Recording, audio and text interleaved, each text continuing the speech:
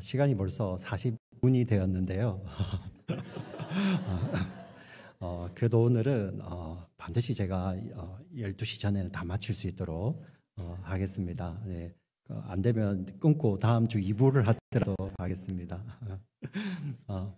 예수님 지금 예루살렘 성전에 계십니다. 예루살렘 계시는데 지난 시간에는 바리새인들이 와서 예수님께 시비를 걸었고요. 오늘은 사두개인들이 와서 시비를 겁니다. 아마 사두개인들이 누구인가 처음 들어보시는 분도 계실 것입니다. 이 둘은 종교 지도자들로서 양대 산맥이었습니다. 근데 이 바리새인들은 엄격하게 세상과 분리됨을 이렇게 추구하며 하나님 말씀 구약 창세기부터 말라기까지겠죠. 그 말씀을 엄격하게 붙들고 있는 사람들이었죠. 그래서 그 사람들의 신앙의 원동력은 물론 말은 하나님이라고 표현을 하지만 그들의 삶에 있어서 가장 그 신앙의 원동력은 사람들의 인정이었습니다. 사람들의 존경이었죠.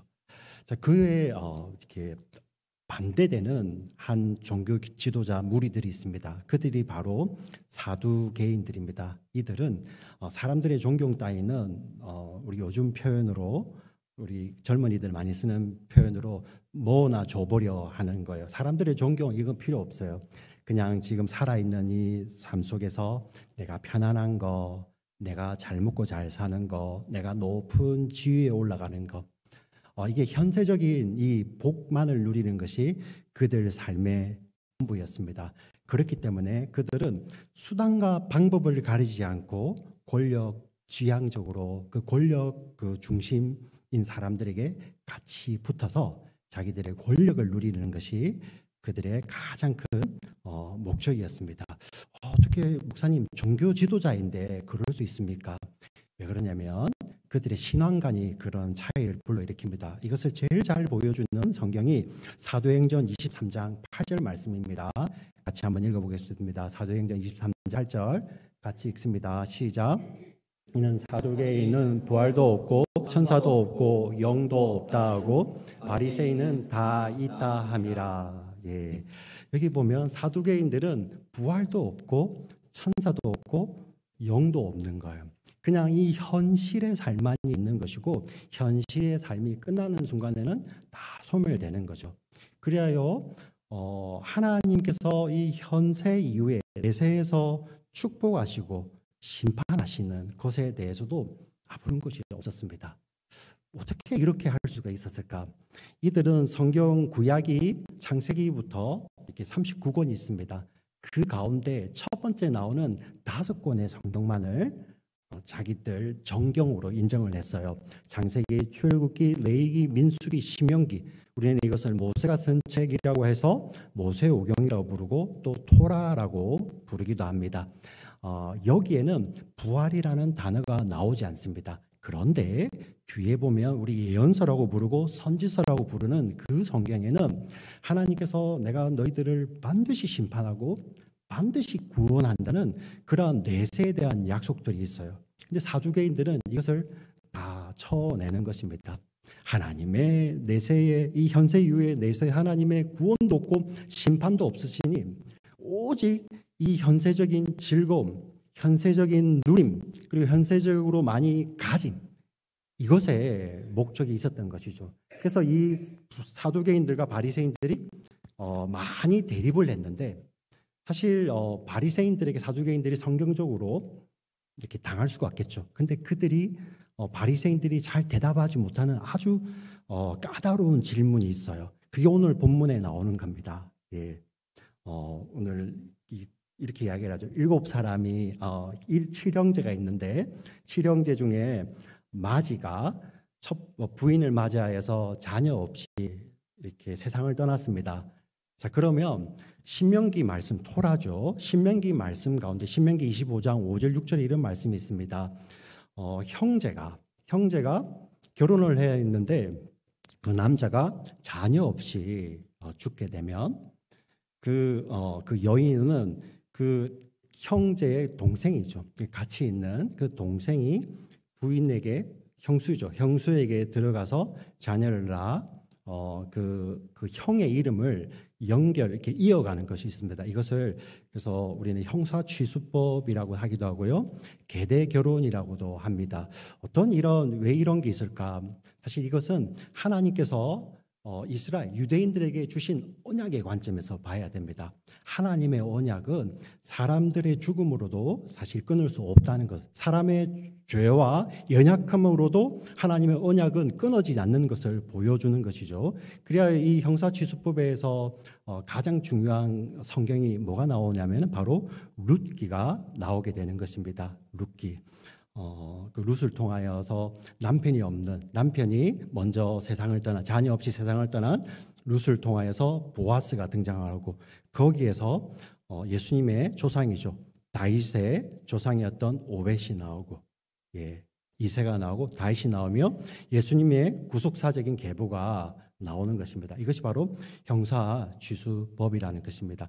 근데 이 사두개인데 이걸 가지고 왔습니다. 첫째도 자녀 없이 죽고, 둘째가 들어갔는데 또 자녀가 없는 거예요. 그래서 셋째가 들어가고, 넷째가 들어가고, 다섯째, 여섯째, 일곱째가 들어갔습니다. 자녀가 없어요. 근데 부활이 만약에 바리새인들이 말하는 대로 부활이 있다면, 부활 후에 이 여인은 누구의 아내입니까? 예수님. 이 바리새인들이 답할 수가 없죠. 그리고 사두개인들은 율법을 가지고 바리새인들을 공격할 때, 봐라, 율법에 또 이런 말씀도 있다. 레위기 18장 16절에 보면 이런 말씀이 있어요. 형제가 살아있는 형제의 아내를 취하는 것을 율법이 엄격히 검합니다. 죄입니다. 그런데 이 일곱 형제들은 레위기의 말씀대로라면 부활 이후에는 이 형제들이 다 율법을 범하고 있는 거죠. 그죠? 살아있을 때는 율법 때문에 한 여인이 아내가 되었는데, 부활하니까 율법 때문에 그 율법을 범하고 있는 거예요. 이게 도대체 말이 안 되는 거죠. 사두개인들은 이 토라, 율법을 하나님 말씀으로 믿었습니다. 그렇기 때문에 이 부활이 들어옴으로 말미암아 토라가 모순이 되는 거예요. 그래서 부활은 없다는 것입니다. 그리고 창세기부터 신명기까지 그 토라에는 부활이라는 단어가 없는 것이죠. 그런데 이때 예수님께서 이렇게 말씀을 하십니다. 24절 말씀을 같이 한번 읽어보겠습니다. 같이 읽겠습니다. 시작. 예수께서 이르시되 너희가 성경도 하나님의 능력도 알지 못함으로 오해함이 아니냐. 예수님 말씀하시는 것은 너희가 성경도 하나님의 능력도 알지 못함으로 오해하고 있다는 것입니다. 첫 번째, 너희가 하나님의 능력을 오해하고 있다. 부활 때 하나님께서 그 생명을 살리실 때, 그때는 천사와 같아진다. 천사가 된다는 말이 아니라 천사와 같은 존재가 되는데, 그때는 장가도 가지 아니하고 시집도 가지 아니한다. 25절을 같이 읽겠습니다. 같이 읽습니다. 시작. 사람이 죽은 자 가운데서 살아날 때에는 장가도 아니가고 시집도 아니가고 하늘에 있는 천사들과 같으리라. 자, 우리가 천사가 되는 것이 아니라 새로운 존재가 된다는 거예요. 새 몸을 입는데 그때는 장가도 안 가고 시집도 안 간다. 이 장가와 시집은 구약 성경에서는 친밀함을 이야기하는 것입니다. 한 몸이 되는 친밀함이죠. 그런데 새 몸을 입을 때는 그 친밀함은 훨씬 뛰어넘는 거예요. 사실 우리가 부부 사이 금술이 좋으신 분들은 이 말씀을 읽다 보면 우리 가면 저기 가면은 부부 사이가 아니야? 너무 슬픈데. 우리 다 그렇죠. 저도 그렇게 말했다고 꼭 전해 주십시오. 그런데 이 말씀에는 시집 장가를 안 가는 것에 목적이 있는 것이 아니라 그것을 뛰어넘는 친밀함이 있는 거예요. 우리 부부보다도 더 친밀한 관계가 없잖아요. 그런데 새하늘 새 땅에서는 우리가 그 친밀함이 어느 정도의 친밀함이냐면은 성부 하나님, 성자 하나님, 성령 하나님, 삼위일체라고 이야기를 합니다. 일체, 영원히 친밀한 완전함이죠. 그 친밀함이 우리 인간들에게도 부어져서 우리가 하나님과 그렇게 친밀하고요, 사람과 사람 사이가 그렇게 친밀해지는 거예요. 예수님 그것을 이야기하십니다. 하나님의 능력은 바로 그런 거야 라고 말씀을 하시죠. 그리고 그들을 향하여서 너희가 성경도 오해했다고 이야기를 합니다. 죽은 자의 부활에 관한 성경. 분명히 이 사두개인들은 창세기부터 이 토라에 부활이 없다고 이야기했는데 예수님이 있다고 이야기하시는 것입니다. 26절을 같이 읽어보겠습니다. 시작.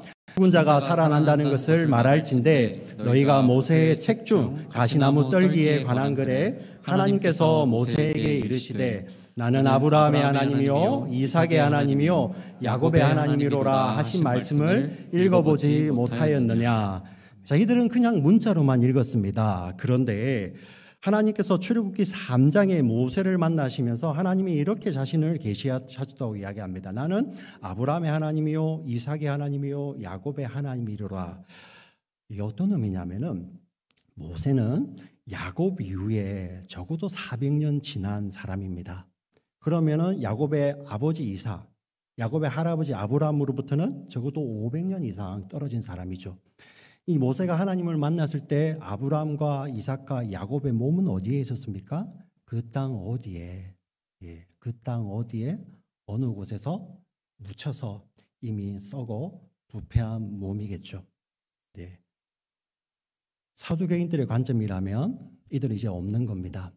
네. 근데 하나님께서 만약에 너희들 말이 맞다면 나는 아브라함 때의 하나님이요 이삭 때의 하나님이요 야곱 때의 하나님인데 이제 나는 너 때의 하나님이 되기 위해서 이 땅에 왔다 이렇게 말씀하셨겠죠.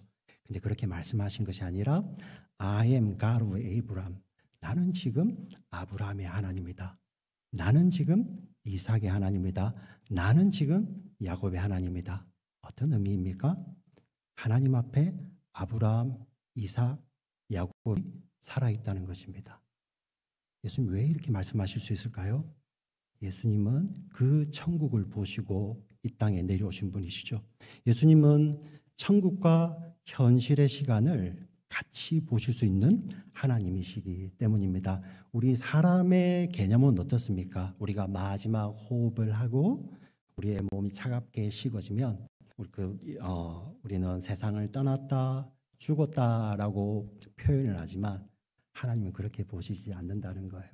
하나님은 특별히 예수님 안에 있는 자들, 예수님 믿음 안에 있는 자들, 이것을 구약의 언어로는 언약 안에 있는 자들이라고 합니다. 그래서 구약에는 한 번도 예수님이란 이름이 직접 등장하지는 않아요. 그렇지만 언약 안에 있는 자들이 바로 예수 믿는 자들입니다. 이 예수 믿는 자들, 언약 안에 있는 자들은 우리의 몸이 차갑게 식어질 때 그때 죽은 것이 아니라 하나님 앞에 살아있다는 것이죠. 바리새인들, 사두개인들 절대 이해하지 못했습니다. 왜? 그들은 눈에 보이는 것, 자기들의 이성, 지혜로만 이해하려고 했었습니다. 열릴 수가 없죠. 본 적이 없기 때문에. 그러나 부활을 보고 영원한 생명을 보신 그 하나님의 아들만이 하나님은 산자의 하나님이라고 말씀하실 수 있는 것입니다. 여러분 믿으십니까? 네, 예수님 이렇게 오셨습니다. 그리고 지금 우리에게 이 영원한 생명을 주시기를 원하시기 위해서 예수님 어떻게 사셨습니까? 그분은 영원히 하나님이신데 우리 죽음을 경험하는 육신으로 오셨고요. 그분은 영원히 높으신 분인데 가장 높은 곳에서 가장 낮은 곳으로 오셔서 자기를 제한하시고 자기를 낮추셨지 않습니까? 왜 그러셨을까요? 바로 이 땅의 현세적인 삶은 전부가 아니라는 것이죠. 현세적인 삶이 전부가 아니라 영원한 것을 주시기 위해서 자신은 낮추셨습니다. 오늘을 사는 우리들에게도 그대로 적용되는 말씀입니다. 사실 오늘 이 말씀을 들으면서 사두개인들 그래 부활이 없다고? 아이고 어리석네.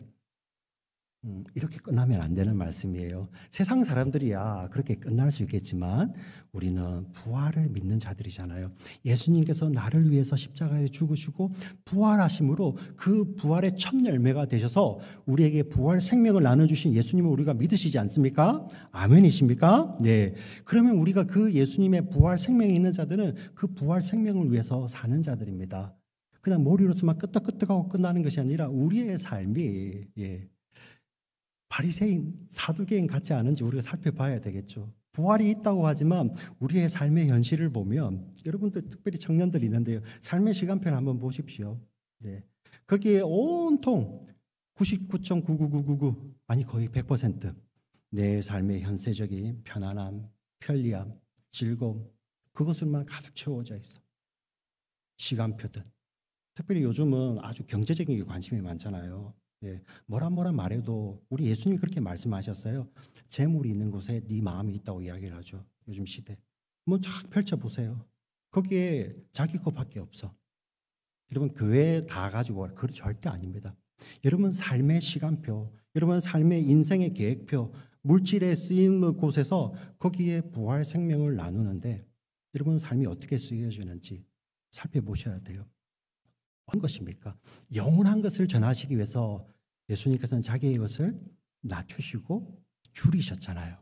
우리의 삶도 돌이켜보면 좋겠습니다. 부활이 있다고 머리로는 알고 입술로는 이야기하지만 우리가 여전히 부활이 없다는 사두개인들과 똑같은 삶을 우리가 믿는다고 하는 우리들도 살 수 있다는 거예요. 우리가 참으로 부활이 어떤 것인지를 깨닫는다면 우리의 삶, 그것을 하나님 앞에 솔직히 펼쳐보고 그 가운데서 우리가 줄여나가야 돼요. 영원한 것을 위해서 우리의 것을 줄여나갈 줄 알고 영원한 것을 위해서 우리가 손해볼 줄도 알고 영원한 것을 위해서 우리가 구별하여서 하나님께 드릴 수도 있는 것입니다. 그것이 오늘 우리에게 주시는 말씀입니다. 저는 이 말씀을 묵상하면서 참 우리가 사랑했던 사람들이 있잖아요. 뭐 알고 지낸 사람도 있지만 사랑했던 사람들 살아서 아버지라고 불렀던 어머니라고 불렀던 남편이라고 불렀던 아내라고 불렀던 형이라고 불렀던 누나라고 불렀던 동생이라고 불렀던 내가 될 수도 있겠죠. 본인이 될 수도 있겠죠. 마지막 숨을 쉬고 호흡이 끊어져 우리의 몸이 차갑게 식어질 때 그것으로 끝난다고 하면 정말 그리스도인처럼 불쌍한 사람들이 없어요. 그런데 성경은 무엇을 이야기합니까? 그것이 끝이 아니다. 하나님 안에서 그들은 이제 정말 하나님의 기쁨을 알고 우리 요한계시록에 보면 그들이 이 마지막 때를 위해서 우리를 위해서 신원한다고 기도한다고 이야기를 합니다. 먼저 이 땅을 떠났지만 하나님 앞에 있는 우리들은 그 이 땅을 떠난 분들과 지금 우리는 연결돼서 기도하는 거예요. 이게 부활의 능력이고 기쁨입니다. 이 기쁨을 위해서, 이 능력을 위해서 우리의 삶이 쓰여지는 거죠. 그래서 우리 주변에 있는 소중한 사람들을 위해서 정말 당신에게 예수 그리스도의 부활의 이 능력이, 부활의 기쁨이 전해줄 수만 있다면 우리의 삶이 줄여지고 조금 손해보고 조금 불편하고 한다 할지라도 그 가운데 예수의 능력이 입혀진다면 그것이 우리의 기쁨입니다. 그래야 하나님 앞에 고백할 때 이게 우리 힘으로 됩니까? 성령님께서 우리 가운데 역사하셔서 이것을 다 이렇게 기쁨으로 받으시고 인도하셔서 하나님 아버지께는 영광이요 우리 모두는 그 예수를 닮은 그런 믿음의 삶을 사시는 우리 모두가 되시기를 주의 이름으로 축원합니다. 아멘. 살아계신 아버지 하나님 참으로 감사합니다. 모든 것이 하나님의 은혜입니다. 참 그렇게 말씀을 잘 알았던 바리새인들, 사두개인들도 깨닫지 못했던 것.